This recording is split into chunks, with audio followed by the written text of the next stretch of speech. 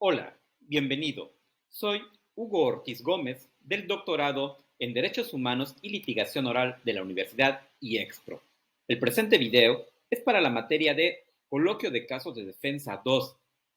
A lo largo del presente video analizaremos la recomendación 32/2018 emitida por la Comisión Nacional de Derechos Humanos. Espero sea de tu agrado.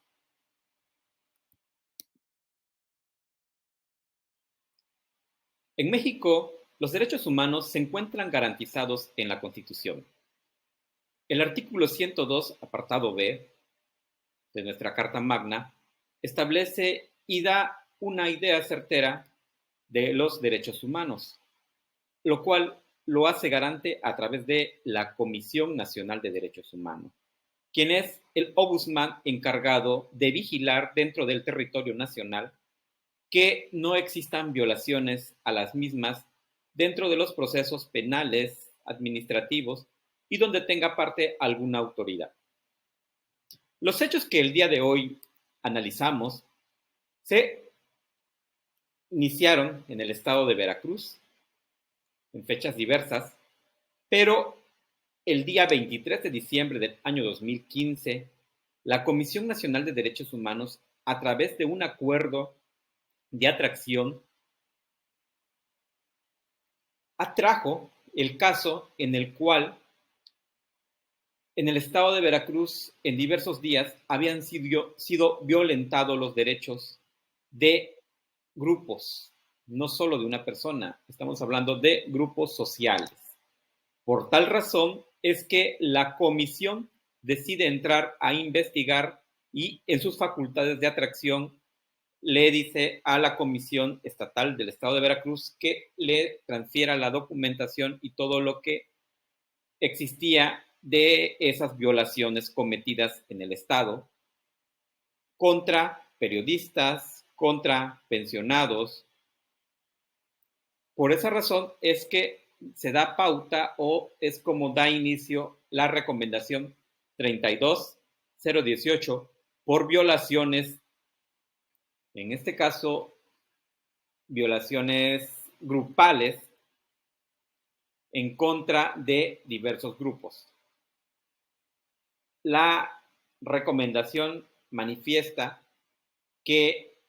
en el proceso que estamos comentando se violentaron los derechos a la seguridad social, a la libertad de reunión, trato digno e integridad personal, la libertad de expresión y el derecho al acceso a la justicia en su modalidad de procuración de justicia. Todo esto en base o en contra de personas adultas mayores. Con mucho más razón es que la comisión puso énfasis en esa recomendación. Los hechos que dieron inicio a la recomendación de la CNDH, como ya lo vimos, en el proceso fueron en varias etapas, pero la que más se refiere fue la que aconteció el día 23 de diciembre del año 2015, en el cual está intervenida la ciudad de Jalapa, Orizaba, Coatzacoalcos, así como el puerto de Veracruz. ¿Qué fue lo que dio motivo a esto? Resulta que los pensionados y jubilados que eran pagados por el Instituto de Pensiones del Estado de Veracruz no recibieron su pago oportuno y en los que recibieron, en este caso, algunos cheques, los mismos no tuvieron fondos. Por lo tanto, tuvieron que llegar a manifestarse a los diferentes lugares, en este caso el de Jalapa fue el Palacio de Gobierno, en el cual solicitaban que se les atendieran sus peticiones, toda vez que al ser un grupo vulnerable, la mayoría adultos mayores, requería el recurso para poder subsistir. En el momento fueron atendidos por el mismo secretario de gobierno, pero no tuvieron o no llegaron a ningún acuerdo, a lo cual el secretario de gobierno se retira y los inconformes, que en este caso eran los pensionados, deciden tomar las avenidas principales de la capital del estado. Y en vez de llegar a un acuerdo o lograr un acuerdo, automáticamente le avisan al secretario de Seguridad Pública que desaloje la avenida y que desaloje la plaza. Y es por el cual inicia el motín en el que policías estatales y la famosa Fuerza Civil del estado de Veracruz, con toletes, con armas, con gas pimienta, con aparatos electrónicos de toque, empiezan a retirar a los manifestantes. Pero no solo fue de desalojar y ya, sino que en el proceso usaron la violencia cuando estos no venían armados, eran personas que la mayoría, como lo comenté, adultas, en el cual solo exigían un derecho. Ambos secretarios, el de Gobernación como el de Seguridad Pública, manifiestan que ellos solamente usaron la fuerza pública con la intención de no ocasionar más desastres y para quitar a la inconformidad de los transeúntes. Eso refieren en las diferentes pruebas que exhiben al momento de que la comisión le requiere la razón del porqué de su actuar. Eso es por cuanto al proceso de las agresiones. Pero no solo basta ahí, porque a pesar de haber sido una violación clara de derechos, el cual era cubierto por periodistas, también fueron afectados. La policía los intimidó para que no grabaran, para que no informaran a la sociedad de lo que estaba ocurriendo en ese momento. Pasado eso, el fiscal del estado de Veracruz, que era su obligación darle seguimiento a las denuncias realizadas por los manifestantes por violaciones a sus derechos, por el uso excesivo de la fuerza pública, tampoco realiza nada. Entonces, por esa razón es que la recomendación 32/2018 es de gran relevancia, ya que la comisión, en su forma de atracción, trata de salvaguardar los derechos violentados y investiga, y al momento de investigar comprueba que había un cúmulo de autoridades, tanto administrativas, que estaban involucradas desde la expedición de cheques que no tenían fondo hasta negar el servicio o la atención a los manifestantes y en vez de eso golpearlos y retirarlos de una manera violenta. En el paso, como ya lo comenté, pues también se llevaron a los periodistas. Viene a la par este análisis porque efectivamente cuando inicia el proceso del Ombudsman, normalmente viene una primera generación de derechos en el cual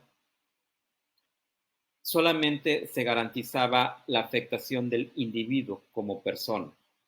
Posteriormente, en la segunda etapa, ya tenemos la cuestión de derechos sociales, en el cual no solamente es una sola persona el que resiente la afectación, sino que parte de un complejo, en este caso tenemos un claro ejemplo con los pensionados, era un grupo vulnerable, un grupo adulto, un grupo que requería la protección de sus derechos, que algo que ya habían o que han trabajado y que requerían y requieren para poder subsistir, el gobierno se los niega y todavía no se los niega, todavía violenta sus derechos al momento de que ellos exigen. Es importante en esta segunda parte de comentaba de la creación de derechos donde ya el ombudsman no solamente protege a un individuo, está protegiendo a una sociedad, a un grupo vulnerable. Y viene a la par que posteriormente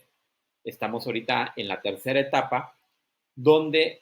en esa colectividad se protegen igualmente ya no solo la afectación del derecho que me pudiera recaer a mí por una violación inmediata, sino también puede ser por una violación a futuro, que en este caso Hemos visto demasiadas, por ejemplo,